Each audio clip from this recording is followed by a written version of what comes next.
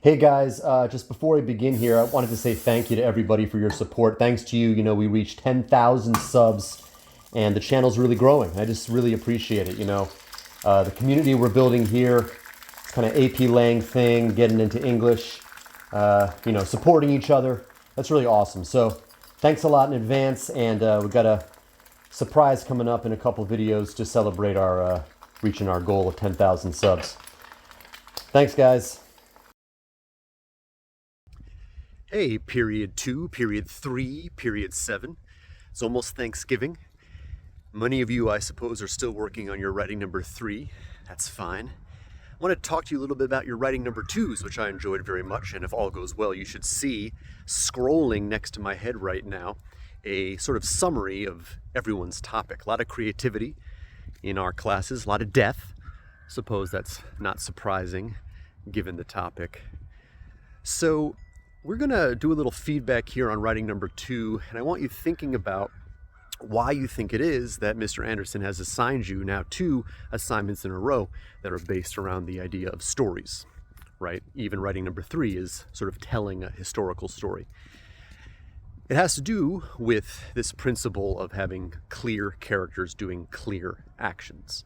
And if there's no other purpose to these wacky videos, it's to have it bored into your skulls that this is one of the great principles of good writing, clear writing. Let me cross the street here without dying. Well, here we are back at the desk, and as promised, the award for the class that was the most murderous. Now, this was a little bit tricky because we had some people who had ambiguous endings, obviously, so it wasn't completely clear if there was a technical fatality. And then, of course, the fact that we had gray areas where, animals might have been dying, or in one case, the entire human race. So this is all kind of subjective, I realize, but to my mind, the clear winner here was period 7. Congratulations on being the most murderous class of writing unit 2. Now, on to the point I wanted to make about this assignment. When we do writings like this, they tend to be really good. And I think that's because A, it's fun to write stuff that's not analytical, but also because most people have a natural flair for telling stories. This is a very human thing. And so we don't have the typical problem you might find when you're writing essays where our characters and our nouns aren't matching up with our verbs and our actions. But even when we do this successfully, there's still some danger that our writing could come across as somewhat mechanical. Look at these examples here now. I wrote these to make a point. The teacher looked at the class. The class stared back. The clock ticked. Someone coughed. Silence followed. The suffocating tension finally broke, and the students departed. Another day was over. Now, if you look at every single one of those sentences, you're going to see a clear character doing a clear action. The problem, though, is that every single sentence is exactly that. Character, action, character, action, character, action. Even this sentence here with the compound sentence is simply 2 sentences connected with and.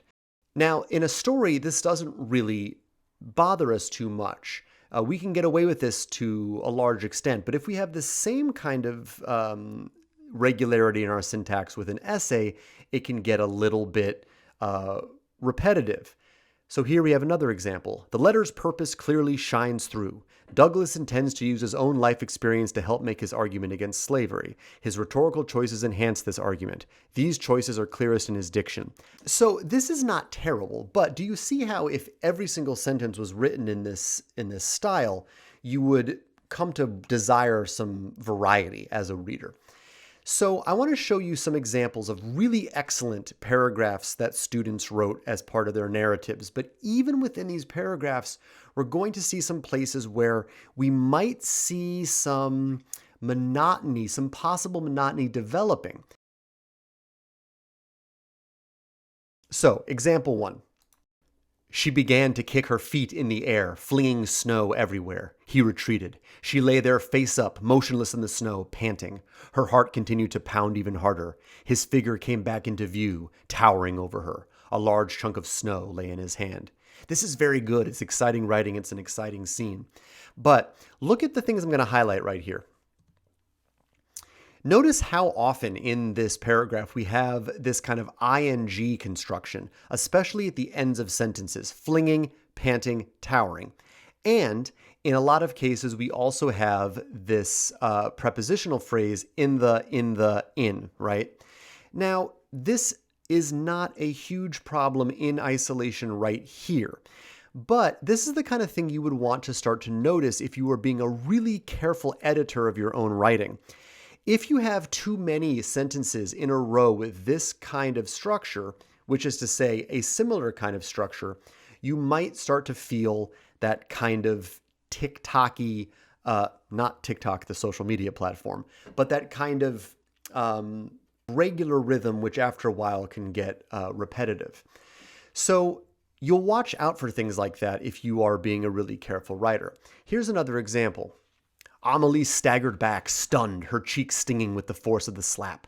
The storm outside was developing even more. With tears clouding her vision, she ran out into the night, her heart torn between her dreams and her mother's needs. The rain embraced her, its cold drops mixing with her turmoil as Amelie fled into the storm. This is very nice writing here. As we look at this closely, we will notice again, though, a certain kind of repetitiveness with some of the syntax.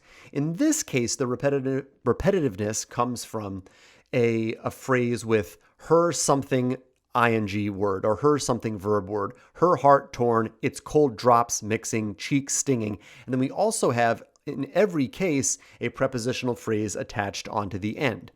Now, does this mean this is an emergency and we should tear this paragraph up and start again? No. What this author does is, even though there is some repetitiveness in the syntax of a lot of the sentences, the other parts of the sentences are quite different. So ignore for a second the highlighted parts and look at the parts that aren't highlighted.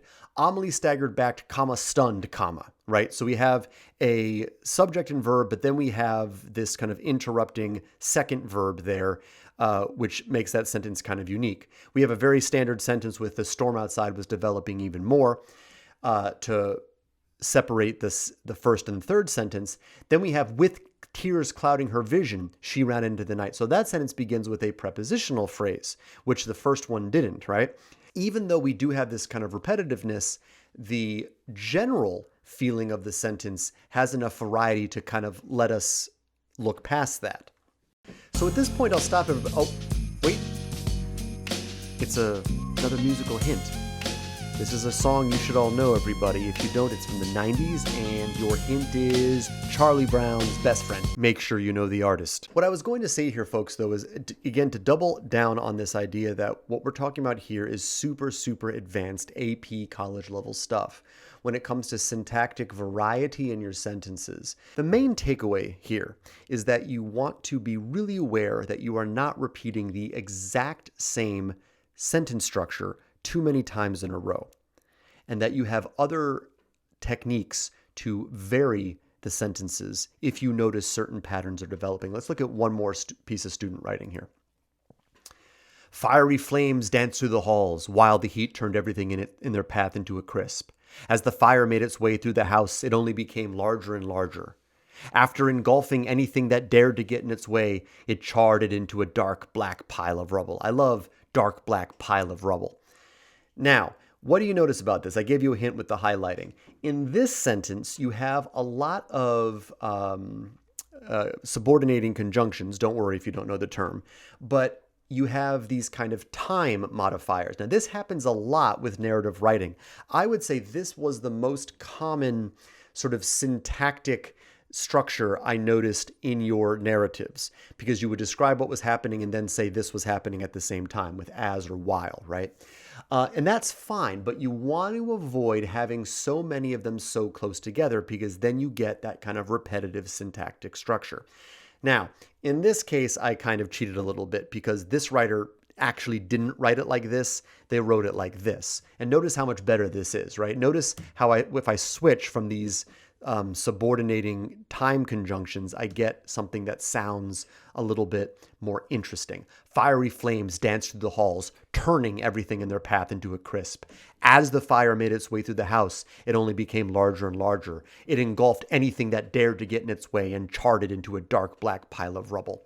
I have one subordinating conjunction, as the fire made its way, but the other ones I have an ing phrase here. And here I have a simple technique of just taking the subject and having a word "and" to give us two different verbs. It engulfed anything that dared get in its way and charred it into a dark black pile of rubble.